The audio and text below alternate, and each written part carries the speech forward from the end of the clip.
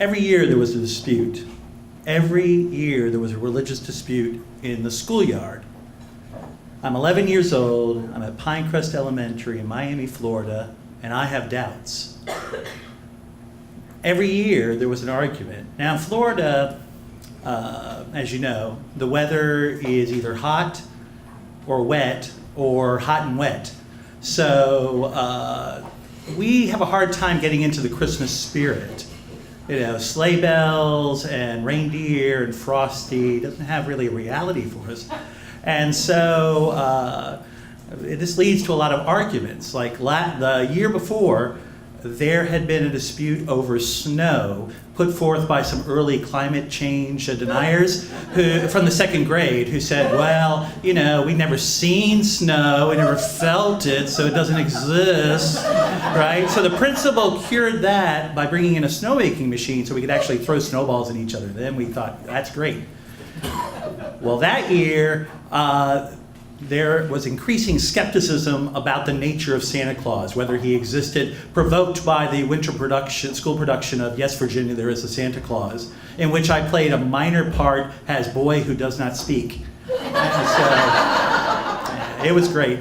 Now, there were many sides to this. There was one side, the majority of the kids were, of course there's a Santa Claus, don't be stupid, right? Led by my friend Christian Shepherd. I swear his name was Christian Shepherd. I know it's like having a Jewish friend named Hugh Dreidel or a Buddhist friend named Monk Temple, but there you go. A Christian had a logical argument. He says, look, you go to bed, no presents. You wake up, presents. Therefore, Santa Claus, QED, right? Robbie Bannatyne, another friend, voiced the opposition argument, which was, what, you think a fat guy with a beard goes in your house and doesn't take nothing? Not even your Atari? What are you, nuts? Right?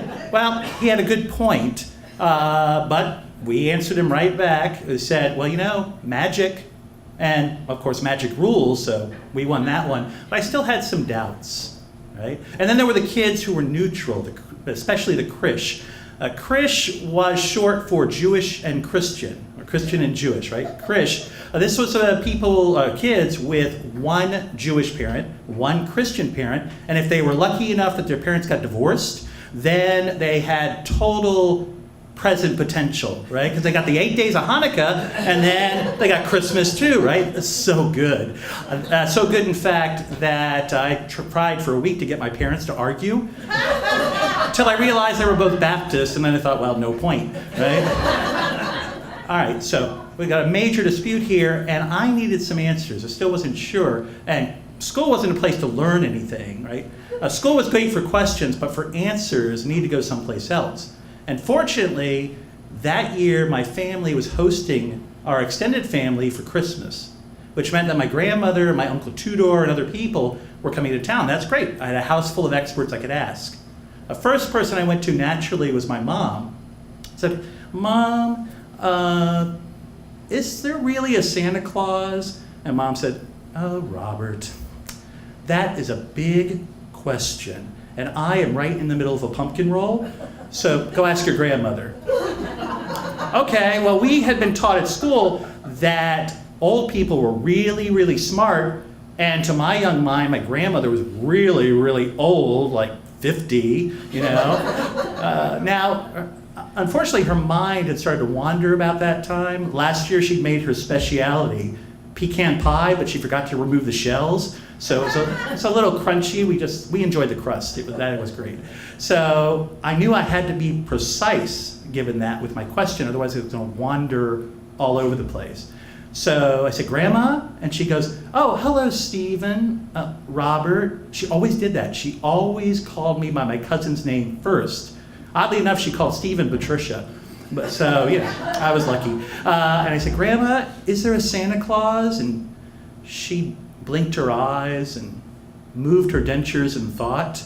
And she said, Robert, when my daughter, your mother, was about your age, she and her sister, your Aunt Nancy, used to dress up as elves and collect toys for tots. And they look so cute. And then afterwards, I'd take them for ice cream at the Dairy Queen, not the one in South Miami, but the one near my house. They had 2 flavors, vanilla and chocolate, or you can mix them up together and get a zebra. It was so good. And then she stopped. And I said, Grandma, and she started again, and that's why we left Cuba and we never regretted it. So obviously, wasn't going to get an answer there that was satisfactory. So I decided to go upstairs, consult with others. And as I'm passing by, my mother says, Robert, did you talk to your grandmother? And I said, yes, Mom. And she said, say thank you. Thank you, Grandma. You're welcome, Stephen. Robert. And so went upstairs and decided to ask my Uncle Tudor, my dad's uncle from Romania. He was a man of science, known to tell the truth. And when he introduced himself, and he had a voice that was kind of like Bela Lugosi from, the movie Dracula. And so he introduced me to me when I was a little bit younger than that. He said, hello, little boy. I am your Uncle Tudor. I am old. I am fat. I have no teeth. And yet I have enjoyed many women. Pleased to meet you, right? Told the truth. So I thought I'd ask him. I walked to the guest room. My sister's playing in the hall, my sister Patricia, so grabbed her arm to have a witness. We knocked on the door. And he said, come in. And I said, Uncle Tudor, I have a question. The kids at school, they're talking about whether there's a Santa Claus or not, and that Christmas is just a fib. Is that true? And he said, thought about it, looked at our big, shiny eyes, and came up with a diplomatic answer. He said, little children, as a man of science, I must tell you, there is no God. No God. But Santa Claus is theoretically possible. A man may come to your house and leave gifts. If a man may take, also he may give. Therefore, I accept Santa Claus as a possibility. Theoretically, he would exist. Well, theoretically for Uncle Tudor meant yes. So I was overjoyed. Oh, that was so good that I decided to push the question a little more. I said, so it's true, like the reindeers can fly? And he thought about this. He said, well, theoretically, yes. If a reindeer were to jump off a cliff or a tall building, it would remain in the air for a little while, not very long. And in that case, it would look like it's flying. The landing, I would not watch. Anyway, I need some rest, so good night, children. And he shut his door.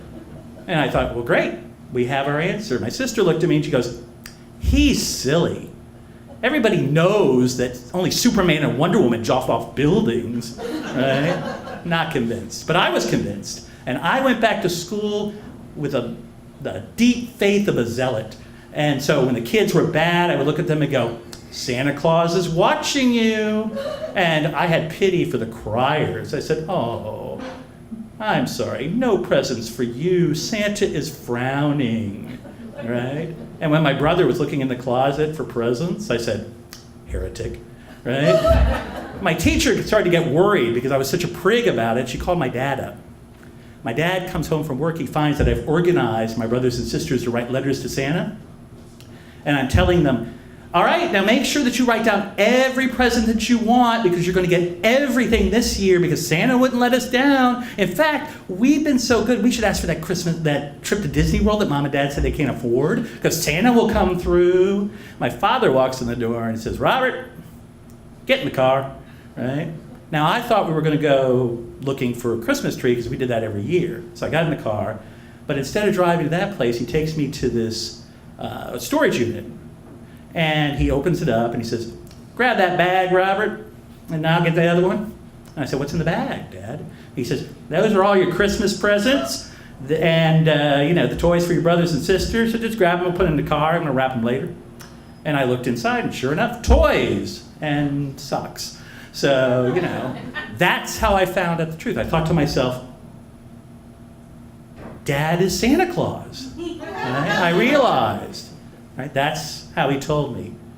Okay, so now I knew and know that there is no Santa Claus. The Easter Bunny, on the other hand, carrying chocolate eggs, I asked Uncle Tudor, and he said, this is theoretically possible. So I believe it. Thank you.